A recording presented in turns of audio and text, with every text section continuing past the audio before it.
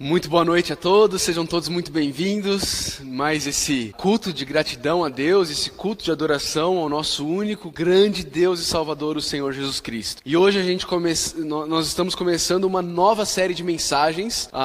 Nós vamos olhar para os 10 mandamentos. Queridos, quando a gente fala sobre os 10 mandamentos, eu sei que já fica uma pulguinha atrás da orelha e já ficam algumas perguntas no ar. Por que estudar os 10 mandamentos? Será que os 10 mandamentos ainda são válidos para os dias de hoje? Será que os 10 mandamentos ainda se aplicam a nós? E a resposta é sim. A Bíblia inteira se aplica a nós. Tudo o que está na Bíblia se aplica a nós. A pergunta que nós temos que fazer quando olhamos para a lei de Deus não é se aplica ou não se aplica, mas como se aplica, ok? Porque quando o apóstolo Paulo diz, lá na segunda carta dele a Timóteo, no capítulo 3, versículo 16... quando ele diz assim: toda escritura é inspirada por Deus e útil para o ensino, para a repreensão, para a correção e para a instrução na justiça, para que o homem de Deus seja perfeito e perfeitamente habilitado para toda boa obra. Quando ele diz toda a escritura, ele também está se referindo às leis do Antigo Testamento. Elas também são úteis para o ensino, a repreensão, correção e instrução na justiça, ok? Então, nas próximas semanas, nós vamos olhar para os 10 mandamentos e nós vamos olhar para eles, tentando entender como eles se aplicam a mim e a você, hoje aqui em Caldas Novas, século 21. Ok? Mas para a gente entender os 10 mandamentos, nós precisamos entender que os 10 mandamentos eles são parte de um todo maior. Eles não foram dados para a gente no vácuo, mas eles estão como parte de um contexto que existe, ok? E esse contexto que existe, no qual os 10 mandamentos estão inseridos, é o Pentateuco. Pentateuco significa os 5 leis, ok? Os 5 livros, e eles são chamados pelos judeus muitas vezes de Torá, que significa lei. É importante lembrar disso. Foram os 5 livros escritos por Moisés, Gênesis, Êxodo, Levítico, Número, e os 10 mandamentos se encontram inseridos dentro do livro de Êxodo, no meio de tudo isso, ok? E mais, no capítulo 20 de Êxodo, ou seja, você teve Gênesis inteiro e você teve 19 capítulos antes de chegar nos 10 mandamentos. Então, o que a gente precisa fazer quando nós vamos estudar os 10 mandamentos? A gente precisa entender o que veio antes. A gente precisa entender qual é o contexto em que isso está inserido. Nós precisamos entender quem é esse Deus que traz leis. Quem é esse Deus que dá ordens? Quem é esse Deus que traz 10 mandamentos para as pessoas? Por que Ele faz isso? Quem deu autoridade a Ele para fazer isso? Por que Ele está trazendo essas leis? A gente precisa entender. E para isso nós precisamos voltar lá atrás, nós precisamos voltar para o livro do Gênesis. Lá em Gênesis, no capítulo 2, no versículo 4, diz assim a palavra de Deus: esta é a história das origens dos céus e da terra, no tempo em que foram criados, quando o Senhor Deus fez a terra e os céus. Primeira coisa que você precisa entender aqui: existe uma personagem que está sendo apresentada aqui. A personagem que está sendo apresentada nesse drama, nesse teatro, nesse desvendar da história da humanidade, a primeira personagem a ser apresentada é Deus. E quem é esse Deus? Quem é esse Deus que é apresentado?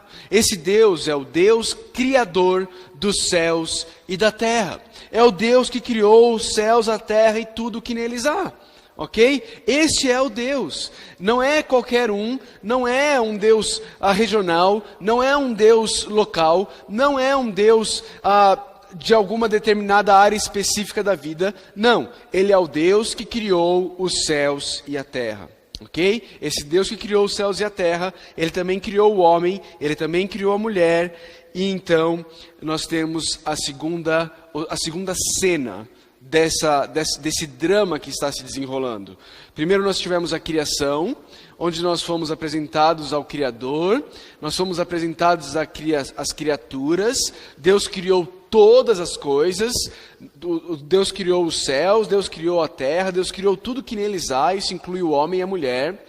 Mas logo em Gênesis 3, não demora muito, nós temos a outra cena desse teatro, a outra cena desse drama. E quando eu falo de drama e teatro aqui, não é porque é uma história fictícia, não, apenas é porque existe um enredo sendo contado, existe uma história sendo contada, e ela está se descortinando, ela está se abrindo, ela está se revelando para todos nós. E o próximo ato dessa peça é a queda. Lá em Gênesis, no capítulo 3, versículos 9 e 11, diz assim: Mas o Senhor Deus chamou o homem, perguntando: Onde está você? E Deus perguntou: Quem lhe disse que você estava nu? Você comeu do fruto da árvore da qual lhe proibi comer? Nós temos a queda do homem. Deus criou o homem, Deus criou a mulher, Deus criou todas as coisas, Deus criou um jardim lindo, perfeito, colocou o homem e mulher lá, disse para que eles cuidassem do jardim, para que eles governassem o jardim, para que eles fossem os representantes de Deus na terra, cuidando da criação de Deus, que eles multiplicassem, que eles fossem férteis, que eles fossem fecundos, e disse para eles usufruírem de tudo que existia no jardim, com exceção do fruto de uma árvore. Mas homem e mulher preferiram dar ouvido à serpente, a Satanás, duvidaram da bondade de Deus, duvidaram de que Deus de fato queria o bem deles, caíram na cilada de pensar que Deus era um grande estraga-prazeres cósmico, caíram na cilada de pensar que eles poderiam ser iguais a Deus, e então eles desobedeceram a Deus. Eles desobedeceram a Deus. Então Deus os expulsa do jardim com uma promessa de redenção que nós encontramos lá em Gênesis 3. Nós vemos Deus falando para a mulher que um dia a serpente feriria o calcanhar do descendente da mulher, mas o descendente da mulher lhe feriria a cabeça. Uma promessa de redenção. O tempo passa, a maldade se espalha por toda a terra, e então, em Gênesis capítulo 12, Deus decide separar e criar um povo para ser o povo dele. Ele chama um homem chamado Abraão, um homem que não era um homem temente a Deus, não era alguém que adorava o Senhor, não era alguém que adorava Yahweh. Preste atenção nos textos todos que nós estamos vendo. Sempre que você vê essa palavrinha Senhor, toda em letras maiúsculas, ali é o nome de Deus, é Yahweh, o tetragrama hebraico, YHWH. Abraão não era um homem que temia a Deus, que adorava Yahweh, mas Deus o escolheu. Deus o escolheu sem que ele tivesse feito nada para merecer. E então Deus chega a Abraão. E o texto diz em Gênesis 12, versículos 1 e 2, que disse Deus a Abrão: Sai da tua terra, do meio dos seus parentes, da casa de seu pai, e vá para a terra que eu lhe mostrarei. Farei de você um grande povo e o abençoarei. Tornarei famoso o seu nome e você será uma bênção. Abençoarei os que o abençoarem, amaldiçoarei os que o amaldiçoarem, e por meio de você todos os povos da terra serão abençoados. Olha que promessa fantástica. Deus chama Abraão e Deus diz: Abraão, eu farei de você uma grande nação. Você será o meu povo. A sua família será o meu povo. Eu vou te dar uma grande descendência. E mais, vai ser através do teu descendente que eu vou abençoar gente de todos os povos da terra. Deus está formando o seu povo. Deus chama Abraão. Deus escolhe Abraão. De Abraão vem Isaac, de Isaac vem Jacó. Jacó, por sua vez, tem 12 filhos. Mas desses 12 filhos, Jacó tem um que é o filho preferido, José. José é o filho preferido de Jacó, e José tem alguns sonhos, e nesses sonhos ele vê os seus irmãos, ele vê os seus pais se prostrando diante dele. E ele conta isso para os irmãos. E os irmãos, que já tinham ciúmes dele, porque ele era o favoritinho do papai, agora ficam ainda mais bravos. Quem é esse? Quem é esse um dos mais novos dos irmãos, querendo dizer que nós e nossos pais nos prostraremos diante dele. Então um dia Jacó manda José, o seu filho querido, ver onde estão os seus irmãos, que estavam cuidando dos rebanhos de ovelhas. E então quando José se aproxima desses seus irmãos, os irmãos o veem a longe e eles planejam matá-lo. Mas um dos irmãos fala, não vamos matá-lo, vamos jogá-lo numa cisterna. Vamos vendê-lo como escravo para o Egito. Vamos matar um animal. Vamos colocar na túnica do nosso irmão e vamos dizer para o nosso pai que uma fera o matou. E eles levam a cabo esse plano e José então é levado como escravo para o Egito. José, temente a Deus, obediente a Deus, começa a servir ali no Egito e ele serve a Deus com excelência. Ele serve a Deus porque ele confia em Deus. E ele, nas mais diversas e difíceis situações, José permanece fiel, servindo a Deus. E quando José está lá, o Egito está vivendo um período de fartura, mas o faraó tem um sonho. O faraó tem um sonho. E ninguém consegue dar o significado, a interpretação desse sonho. Mas então José, usado por Deus, interpreta o sonho de Faraó e diz, Faraó, o seu sonho significa que nos próximos 7 anos, a terra do Egito vai ter grande fartura. Mas nos 7 anos subsequentes, grande fome abaterá sobre a terra. Então Faraó ouve aquilo e ele pensa, eu preciso de um homem sábio. E José então sugere para ele, vamos armazenar comida durante esses 7 anos de fartura, de forma que quando vierem os 7 anos de fome seca, nós tenhamos o que comer. Faraó então coloca José como o segundo homem mais importante do Egito. E José passa a administrar tudo isso, todo esse processo de economia e de venda de comida no Egito. A fome chega, e chega também para a família de Jacó. Então os irmãos de José, os filhos de Jacó, precisam sair da terra deles, sair de Canaã e ir até o Egito, porque só no Egito tem comida. E eles vão, e eles se deparam com José. Mas eles não o reconhecem, porque agora José tem uma aparência, uma vestimenta e uma fala típica de egípcio. Mas José os reconhece. José os reconhece, e como um tipo do resgatador, do Messias, prometido já lá em Gênesis 3, prometido de novo em Gênesis 12, descendente de Abraão que abençoaria todos os povos da terra, José, assim como o Messias foi largado na cova, assim como o Messias foi vendido por preço, assim como o Messias sofreu, e assim como o Messias, tudo isso que aconteceu na vida de José serviu para abençoar o povo de Deus. José olha para os seus irmãos e diz, não tenham medo, não tenham medo. O mal que vocês intentaram contra mim, Deus o transformou em bem. Foi Deus quem me enviou à frente de vocês. Vocês não são senhores do meu destino, o Senhor do meu destino é Deus, é Yahweh. E Ele me enviou aqui para cuidar de vocês. A família de Jacó então muda-se para o Egito, toda a família. Na época eram 70 homens, mais mulheres e crianças.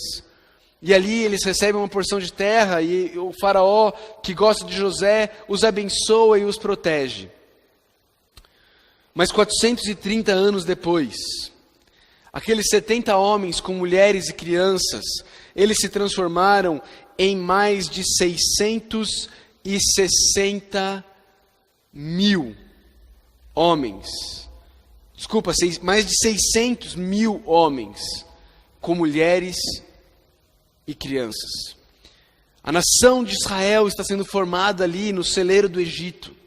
Mas agora, o faraó não é mais o mesmo. O novo faraó não conhece José. O novo faraó tem medo dos hebreus porque eles estão crescendo em grande número. Deus os abençoa e ele decide escravizá-los. Ele decide tornar os israelitas escravos no Egito. E então, 430 anos depois, Deus chama um resgatador, mais um como um tipo que aponta para o Messias, para o resgatador final, prometido para Israel. Deus chama Moisés, um homem imperfeito, um homem fraco, um homem gago, um homem que diante de uma das primeiras cenas em que nós vemos Moisés sendo apresentado, ele mata um egípcio, um assassino, Moisés. Mas Deus chega até Moisés e ele dá a missão de Moisés de ir até o faraó e dizer para o faraó: deixa o meu povo ir. Deixa o meu povo ir celebrar um culto para mim. Deus estava misericordiosamente usando Moisés e misericordiosamente dando uma oportunidade para Faraó de se arrepender da dureza do seu coração, de obedecer a Deus, de abrir mão da ideia de que Ele era o Senhor e entender que existia um Criador acima dele. Mas Faraó tem o seu coração endurecido. Moisés e Arão foram falar com Faraó, nós lemos lá em Êxodo capítulo 5, versículo 1. Eles foram falar com Faraó e eles disseram: assim diz o Senhor, Yahweh.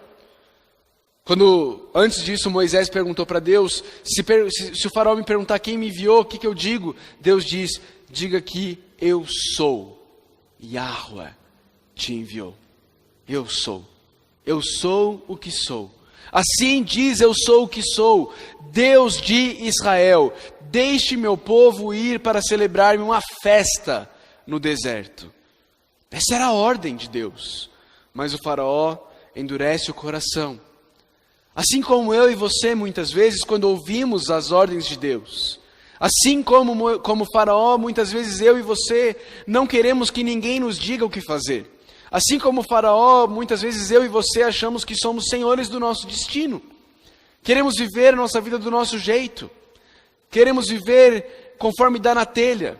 Fazer o que eu quiser. Eu sou dono do meu nariz. Nós agimos como faraó. Deus então envia pragas ao Egito.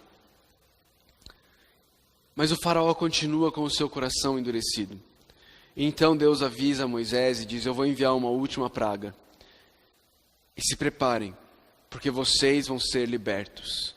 Avisa o povo de Israel que eles devem preparar um cordeiro. Eles devem pegar um cordeiro e eles devem matar esse cordeiro. De novo, apontando para o Cordeiro de Deus, que um dia viria para tirar o pecado do mundo. Matem esse cordeiro.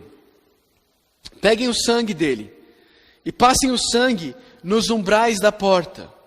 Porque hoje à noite o anjo do Senhor virá e ele passará sobre o Egito. E as casas onde não tiver o sangue no umbral da porta, ele ferirá de morte o primogênito daquela casa. Mas as casas onde tiver o sangue do cordeiro no umbral, o anjo passará por sobre a casa. Daí onde vem a palavra Páscoa, passar por cima. Ele passará por cima e ele não ferirá o primogênito. Israel faz isso num ato de fé, confiando em Deus, confiando na palavra de Deus. Israel obedece e faz o que Deus havia dito. O povo de Israel é liberto. O povo de Israel é liberto do cativeiro. Não apenas é liberto, mas os egípcios, eles vêm para o povo de Israel e eles falam: o que vocês querem para ir embora? Nós queremos prata, nós queremos ouro. Toma, levem toda a minha prata, levem todo o meu ouro, mas por favor, vão embora daqui. E então eles saem. Logo, o faraó muda de ideia e começa a perseguir o povo de Israel.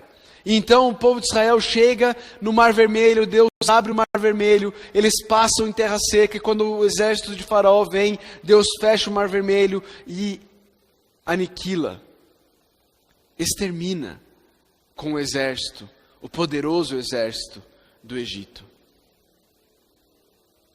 E então agora o povo de Israel chega no Monte Sinai, no pé do Monte Sinai, como um cumprimento de uma promessa feita por Deus a Moisés, lá atrás, quando Moisés está falando com Deus, Moisés ele encontra Deus na sarça ardente lá no Monte Sinai. Êxodo 3:1. E Êxodo 3:12, Deus fala para Moisés: eu estarei com você. Esta é a prova de que sou eu quem o envia. Quando você tirar o povo do Egito, vocês prestarão culto a Deus neste monte. O povo chegou. Deus cumpriu a sua promessa. O povo está no Monte Sinai. Então Deus manda reunir o povo. Deus diz: olha, desse marco para cá, só Moisés e Arão devem passar. O povo deve ficar até esse limite. Não passem, porque se vocês passarem, vocês morrerão. Moisés e Arão podem subir. E então Deus reúne o povo. E Deus fala. Acompanhe comigo a leitura de Êxodo capítulo 20, dos versos 1 a 21. Acompanhe com fé a leitura da palavra de Deus. Êxodo 20, 1 a 21. E Deus falou todas estas palavras: eu sou o Senhor, o teu Deus, que te tirou do Egito, da terra da escravidão. Não terás outros deuses além de mim. Não farás para ti nenhum ídolo, nenhuma imagem de qualquer coisa no céu, na terra ou nas águas debaixo da terra. Não te prostrarás diante deles, nem lhes prestarás culto, porque eu, o Senhor, o teu Deus, sou Deus zeloso, que castiga os filhos pelos pecados de seus pais, até a 3ª e 4ª geração daqueles que me desprezam. Mas trato com bondade até 1000 gerações aos que me amam e obedecem aos meus mandamentos. Não tomarás em vão o nome do Senhor, o teu Deus, pois o Senhor não deixará impune quem tomar o seu nome em vão.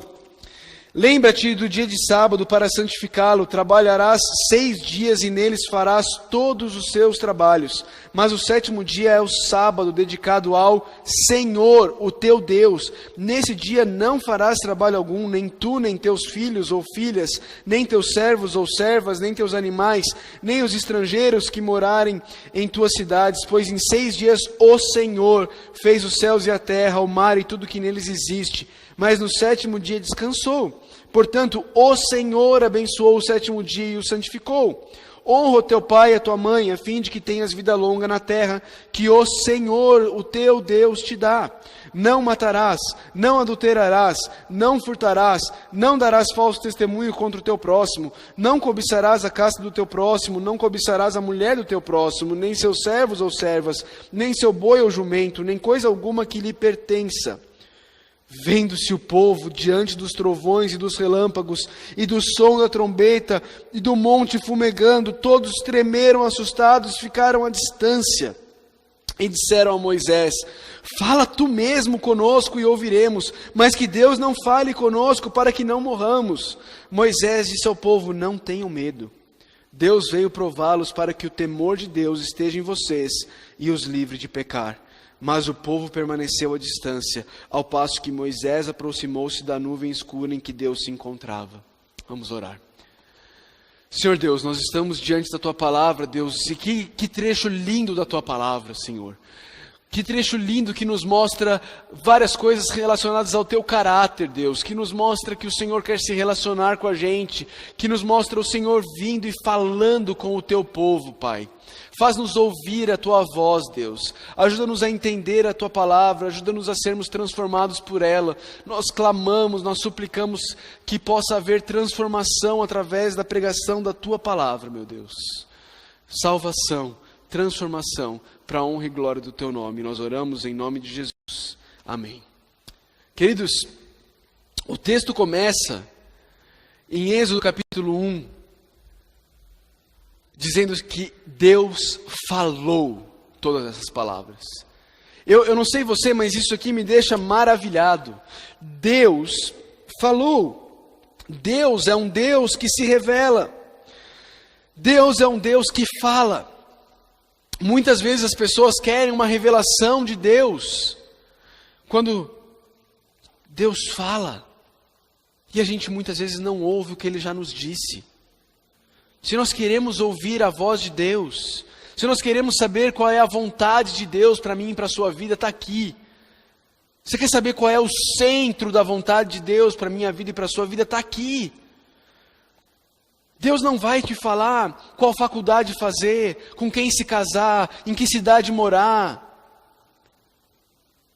Deus não quis revelar esse tipo de coisa, mas o que Ele quer de mim e de você, Ele revelou. Ele falou todas essas palavras. E Ele trouxe esses 10 mandamentos, essas leis. E de novo, quando a gente fala sobre lei, a gente não gosta muito desse negócio de lei, porque logo lembra a gente sobre Brasília, logo lembra a gente sobre o presidente decretando lei que aumenta imposto. A gente não gosta de leis. Na verdade, no Antigo Testamento todo existem 613 leis, o que não é nada comparado com as 181 mil leis que existiam no Brasil em 2007. 10 anos depois, provavelmente o número é bem maior. Mas a gente precisa entender essas leis, queridos, da perspectiva de Deus. A gente precisa entender essas leis da perspectiva de quem está dando a lei, porque isso faz toda a diferença.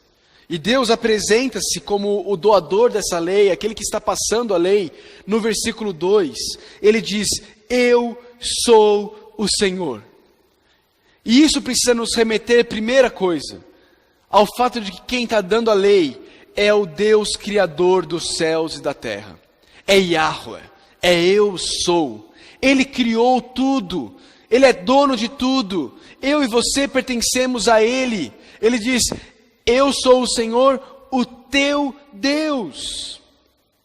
Alguns de nós que estão em Cristo, Deus é o nosso Deus, no sentido de que nós fazemos parte do povo dele. Mas para aqueles que não estão em Cristo, Deus também é o Deus deles, no sentido que Deus é o Criador, e é o único Deus que existe, e exige deles também adoração. Eu sou o Senhor, o teu Deus. Esse Deus que está trazendo a lei não é um Deus distante, não é uma divindade isolada. É o Criador dos céus e da terra, que quer se relacionar comigo e com você. É o Criador dos céus e da terra, que quer ter um relacionamento íntimo, pessoal e individual comigo e com você. Ele quer ser o teu Deus. Ele quer ser o teu Deus. Eu fiz questão de fazer esse panorama do contexto até chegarmos até aqui, para nós entendermos que a lei, os 10 mandamentos, não são dados no vácuo, no vazio. Não é um Deus que ninguém conhece, que ninguém sabe quem é, chegando e falando o que tem que fazer. É o Deus que criou os céus e a terra. É o Deus a quem nós desobedecemos. Mas é o Deus que primeiro escolheu, adotou e redimiu o seu povo. E então lhes trouxe a lei. Não é um ditador dizendo: façam isso e quem sabe, talvez, vocês mereçam se relacionar comigo. Não. É o Criador dos céus e da terra, querendo ter um relacionamento comigo e com você, e dizendo: olha, eu já te escolhi, eu já te adotei como meu povo, eu já te redimi da sua escravidão. Aqui está o meu caráter, aqui está a minha lei, aqui estão os meus mandamentos, porque eu libertei vocês do Egito, mas o Egito precisa sair de dentro de vocês. Eu tirei vocês da escravidão, mas agora vocês precisam viver como livres. É esse Deus que está trazendo a lei. A gente precisa entender dessa forma a Torá, não como uma lei de um Deus carrasco, de um Deus ditador, de um Deus que está com um caderninho de anotações em uma mão e um chicote na outra, esperando você errar para te punir e colocar você na lista negra dele. Não. O autor de Provérbios, quando ele escreve Provérbios, no capítulo 1, no versículo 8, ele diz assim, Provérbios 1, 8. Ele diz assim: ouça, meu filho, a instrução de seu pai. Sabe essa palavrinha instrução? Torá. Lei. É a palavrinha lei. É a palavrinha Torá. É esse tipo de lei que nós temos diante de nós. É a lei de um bom pai, reunindo os seus filhos e dizendo: filhos, eu amo vocês. Eu escolhi vocês. Eu adotei vocês para serem meus filhos. E quando vocês estavam longe de mim, escravos nos seus pecados, eu fui lá e paguei o preço. Eu redimi e resgatei vocês de volta para mim. E agora eu quero dizer para vocês como vocês devem viver, para que vocês vivam como pessoas livres. É esse o espírito da lei. É esse o Deus que traz a lei. Antes de olharmos para a lei propriamente dita, nós precisamos olhar para o versículo 2, que é o Evangelho.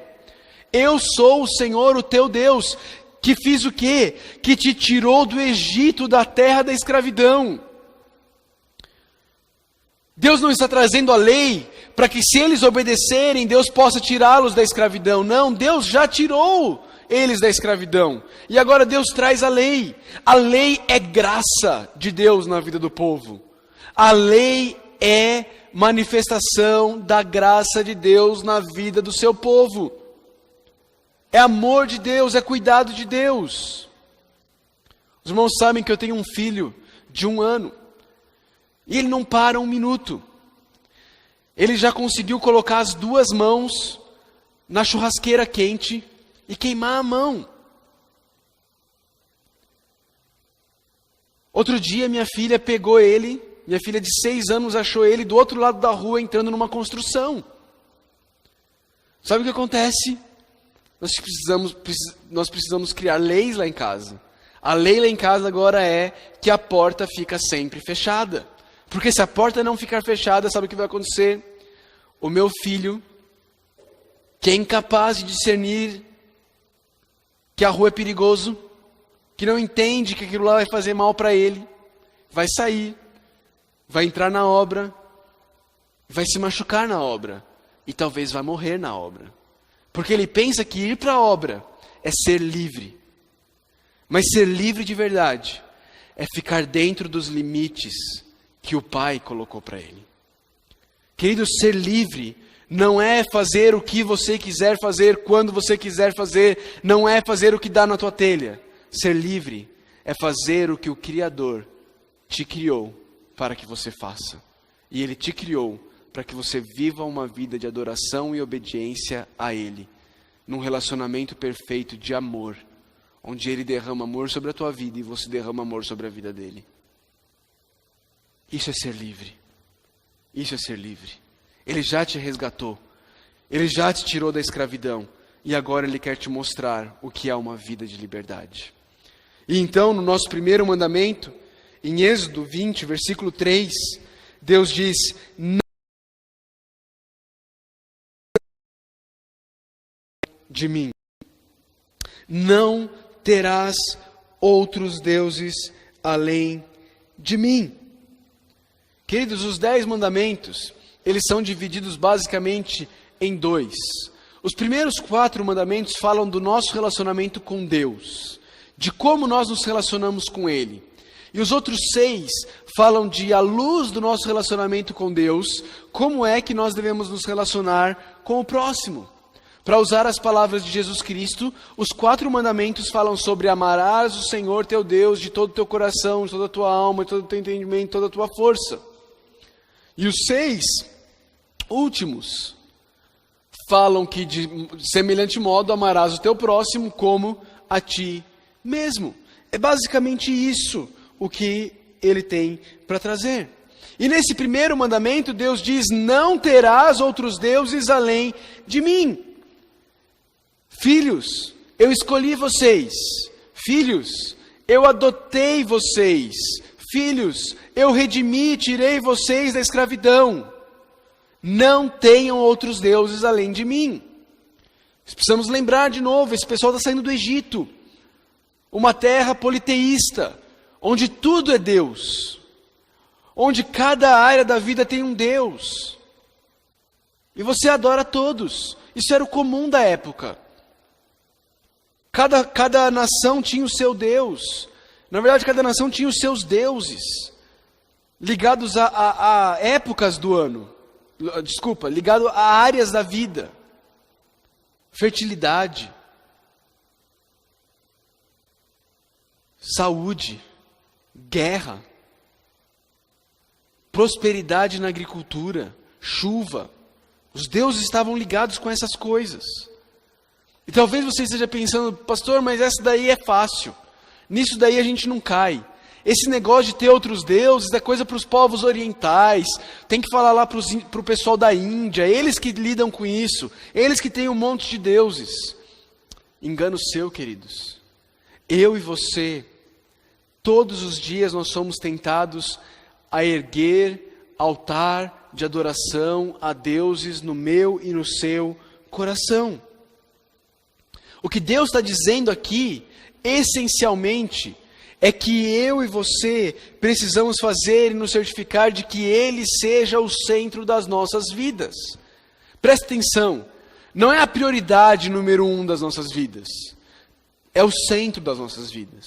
Porque prioridade número 1, você faz o que tem que fazer em relação àquela prioridade, e aí você tica da sua listinha. Feito, agora quer ser na sua vida. Deus não quer ser prioridade número 1. Deus quer ser o centro da tua vida, ao redor do que todas as outras coisas orbitam e giram em torno. Ele quer ser o centro da sua vida e Ele quer falar, e Ele quer definir como você se relaciona, como você vive, como você pensa com relação ao seu trabalho, com relação à sua família, com relação ao seu lazer, com relação ao seu dinheiro, com relação aos seus hobbies, com relação às suas amizades, com relação ao que você bebe, ao que você come, com relação a que horas você dorme, que horas você acorda. Deus quer ser o centro da sua vida. Deus quer governar a tua vida. Ele está dizendo, não terás outros deuses além de mim. E quando ele fala sobre não ter outros deuses, queridos, ele essencialmente está falando sobre confiança e ele está falando sobre amor. Quando Orígenes, no 3º século, escreveu sobre isso, pensando sobre a questão do amor, Orígenes escreveu assim: o que cada um honra antes de qualquer outra coisa, o que cada um admira e ama antes de qualquer outra coisa, isto é o seu Deus. Aquilo que você ama mais do que tudo, isso é o seu Deus. Ah, pastor, eu amo a Deus sobre todas as coisas, com a minha alma, todo o meu ser, todo o meu entendimento, toda a minha força. Será mesmo? Será mesmo? Dá uma olhada em como você tem esgotado as tuas forças. É com Deus que você tem esgotado as suas forças? Dá uma olhada na tua agenda. Deixa a tua agenda dizer quem é o centro da tua vida. Com o que você não se importa de gastar horas a fio? Com Deus? Com as coisas de Deus? Dá uma olhada nas suas finanças. O que elas revelam sobre o que você ama?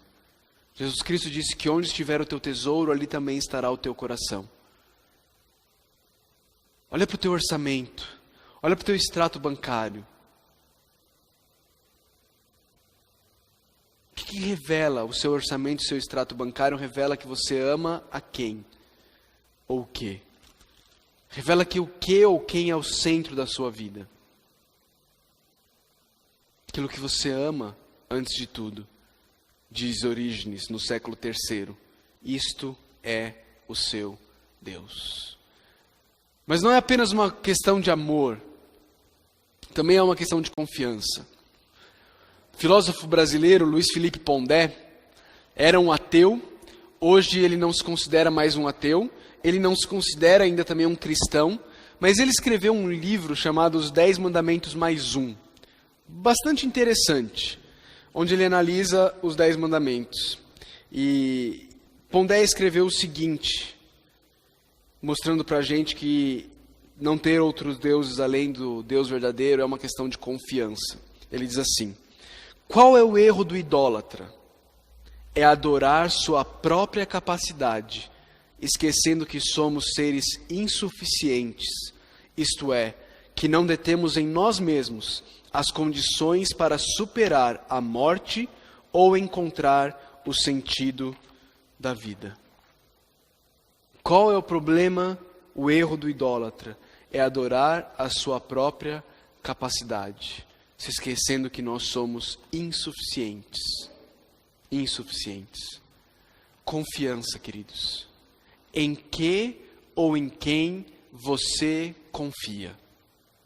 Em quem ou em que você confia para a sua alegria, para a sua satisfação, para a sua proteção, para a sua saúde, para a sua segurança, para o seu futuro, para te dar um nome, para prover para a tua família? Em quem ou no que você confia? Nas suas próprias forças? Na sua capacidade intelectual? No teu patrão? No teu emprego? Na sua estabilidade como funcionário público? Na tua poupança?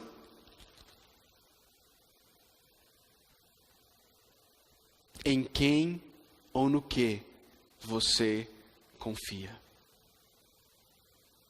Não terás outros deuses além de mim. Quem tem competido na tua vida para tomar o lugar de Deus? Eu costumo dizer aqui na igreja que a maneira de você descobrir os teus ídolos é respondendo duas perguntas. Talvez mais algumas do que duas, mas uma delas é: para onde a sua mente vai quando você não precisa pensar em nada? Ou seja, com o que é que você sonha acordado? Somente vai para Deus quando você não tem nada para pensar? Você sonha acordado com Deus, com as coisas de Deus, com o seu relacionamento com Deus? Ou você sonha acordado com a sua promoção? Ou você sonha acordado com a tua vida fazendo sentido quando você tiver um marido? Ou você sonha acordado com a sua vida fazendo sentido quando você conseguir comprar isso, aquilo ou aquilo outro? Ou você sonha acordado com o seu chefe te reconhecendo? Com o que é que você sonha acordado? Essa é uma boa pergunta para descobrir o teu Deus. Você sonha acordado com um prazer, com um hobby? Você não vê a hora de chegar às suas férias, porque aí sim você vai ser feliz?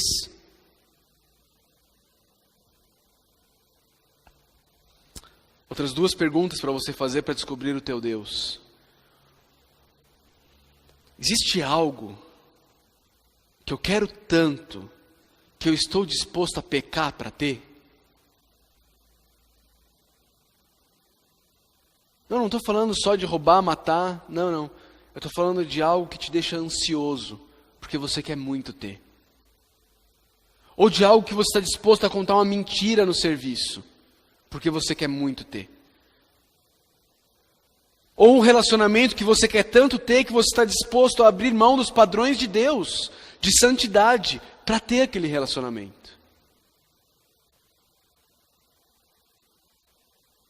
Existe algo que você está disposto a pecar para ter? Terceira pergunta. Existe algo que quando você vê sendo ameaçado, você peca com medo de perder? Queridos, de novo aqui pode ser alguma coisa boa, a sua saúde talvez, o seu emprego talvez, coisas boas. Mas se você peca, quando você vislumbra a possibilidade de perder aquilo, aquela coisa boa se tornou um Deus na sua vida, e você está quebrando o primeiro mandamento. Você está deixando de não ter outros deuses, além de Yahweh, o teu Criador, aquele que te escolheu, te adotou e te redimiu. Você não está amando a Ele sobre todas as coisas e você não está confiando nele como suficiente para suprir tudo na sua vida. Queridos, esse primeiro mandamento ele nos revela algumas coisas sobre o caráter de Deus e algumas coisas sobre o caráter do ser humano. Ele nos revela que esse Deus é um Deus que quer se relacionar com a gente. O texto começou dizendo: eu sou o Senhor, o teu Deus, que te tirou do Egito, da terra da escravidão. Ele é um Deus que quer se relacionar. Segundo, ele é um Deus que define os termos. A gente vai ver mais sobre isso semana que vem. Mas esse Deus a quem nós servimos, é Ele quem define a forma como Ele é adorado. Você não pode pensar em Deus do jeito que você quiser pensar. Você não pode adorar a Deus do jeito que você quiser adorar. É Ele quem define os termos do relacionamento. Terceiro, esse é um Deus que exige exclusividade. Não tem como ser Ele e mais um. Não tem como você adicionar Deus ao seu panteão de outros deuses. Poder, dinheiro, prazer, carreira, sucesso, realização, saúde, segurança. Não, Deus não vai ser mais um. Deus não vai ser mais um. Deus exige exclusividade. Mas esse mandamento também nos revela algo sobre a nossa natureza. E primeiro, revela que eu e você somos, por natureza, adoradores. Nós sempre estaremos adorando alguma coisa, ou alguém. Ou nós estaremos adorando a Deus, o único Deus verdadeiro, Yahweh, o Senhor, o Criador, aquele que nos escolheu, nos adotou e nos redimiu. Ou nós estaremos adorando alguma outra coisa. A pergunta não é se você adora ou não. A pergunta todo instante da sua vida é a quem ou o que você está adorando. Porque eu e você estamos sempre adorando alguma coisa.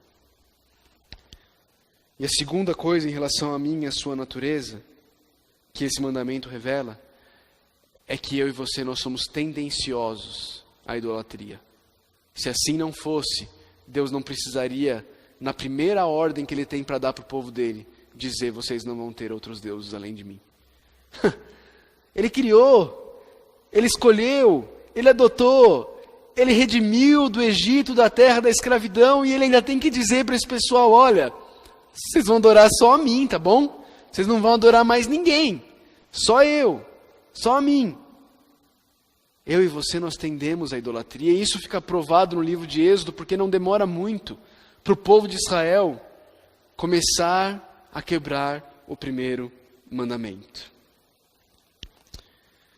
Quero concluir dizendo para você que está aqui nessa noite, ou que está assistindo a gente pela internet, que se você tentar pelas suas próprias forças, sem Jesus Cristo, cumprir o primeiro mandamento, não terás outros deuses além de mim, você não conseguirá. Você será incapaz. Você sempre irá buscar em outras coisas, em outros lugares, serão o seu objeto de amor e você confiará nessas outras coisas. Como eu disse, Deus exige exclusividade. E Jesus Cristo, sendo Deus, não destoou do que Yahweh trouxe nos 10 mandamentos. Pelo contrário, quando Ele esteve na terra, Ele disse: eu sou o caminho, a verdade e a vida. Ninguém vem ao Pai a não ser por mim. Jesus é o único capaz de te tirar da escravidão do pecado. Enquanto você não for liberto da escravidão do pecado, enquanto você não for liberto de Satanás, você será incapaz de adorar a Deus. Você adorará a você mesmo, você adorará muitas coisas, pessoas, mas você será incapaz de adorar o único Deus verdadeiro, porque Jesus Cristo é o único caminho ao Pai. Ele é o caminho, Ele é a verdade e Ele é a vida. Ninguém pode ir ao Pai. Ninguém pode ser liberto da escravidão do pecado e de Satanás, a não ser através de Jesus. Meu chamado para você nessa noite: se arrependa de tentar ser suficiente, como disse Luiz Felipe Pondé. Se arrependa de tentar ser suficiente. Pare de amar coisas a Deus, se arrependendo dos seus pecados e crendo que o Cordeiro um dia foi morto e o sangue dele foi derramado no madeiro para que você pudesse ser livre da sua escravidão. Para você que está aqui e já está em Cristo, eu quero terminar lendo um texto de Deuteronômio capítulo 6.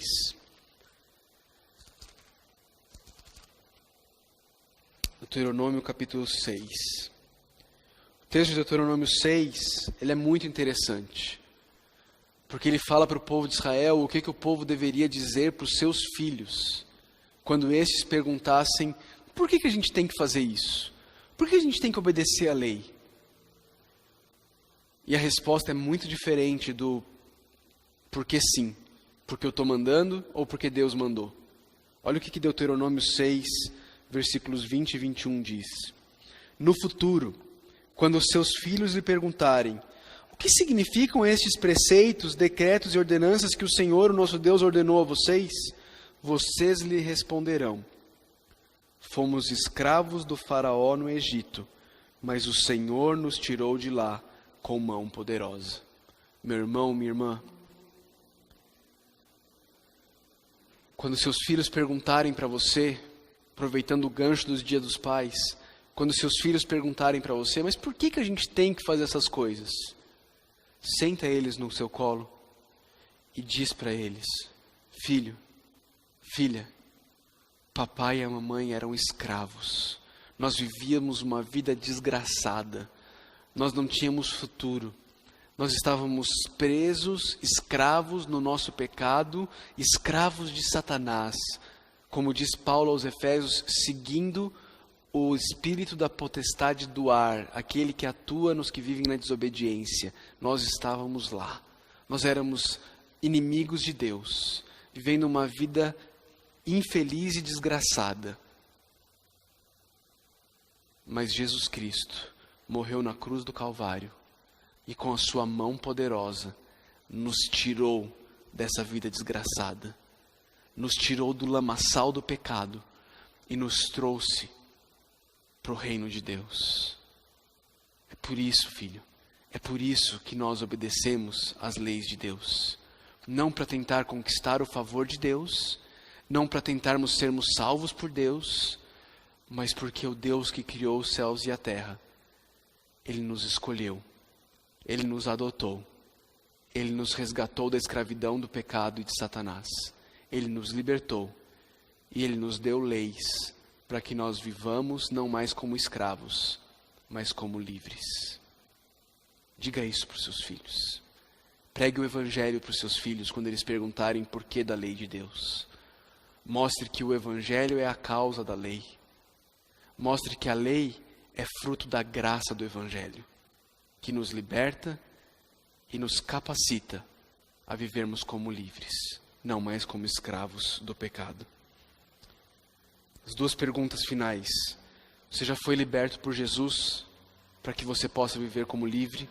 Se não, meu amigo, minha amiga, se arrependa nessa noite e creia em Jesus. Creia em Jesus. Se você já foi liberto por Jesus, qual falso Deus tem te impedido de viver como livre? O que tem roubado os teus sonhos, os teus pensamentos? O que tem sido objeto do teu amor e da tua confiança? O que ou quem tem sido o centro da sua vida? Se arrependa de onde você caiu. Volte atrás. Confesse seus pecados a Deus. Usufrua do livre perdão que Deus te oferece. E então saiba que o que Ele quer de você é que você não tenha outros deuses além dele. Ele quer você inteiro, exclusividade, o tempo inteiro, adorando aquele que te criou, que te adotou e que te redimiu. Libertos para sermos livres. Vamos orar. Senhor Deus, nós louvamos e bendizemos o Teu nome pelo Teu tão grande amor, Pai. Te louvamos porque o Senhor tem cuidado de nós, te louvamos porque o Senhor nos criou, o Senhor nos escolheu sem que merecêssemos, o Senhor nos redimiu quando éramos inimigos Teus, escravos do pecado, E o Senhor ainda graciosamente nos deu a tua lei para que conhecêssemos o teu caráter e pudéssemos viver em liberdade. Nos capacita, Pai, porque somos incapazes de viver isso por nós mesmos. Perdoa as nossas idolatrias e nos faz, Deus, adoradores únicos e exclusivos do Senhor, amando o Senhor de todo o nosso coração, toda a nossa alma, todo o nosso entendimento, com toda a nossa força, e confiando no Senhor acima de tudo. Nós oramos no nome daquele que poderosamente nos redimiu e nos tirou da terra da escravidão, o seu Filho, Senhor Jesus Cristo. Em nome dele que oramos. Amém.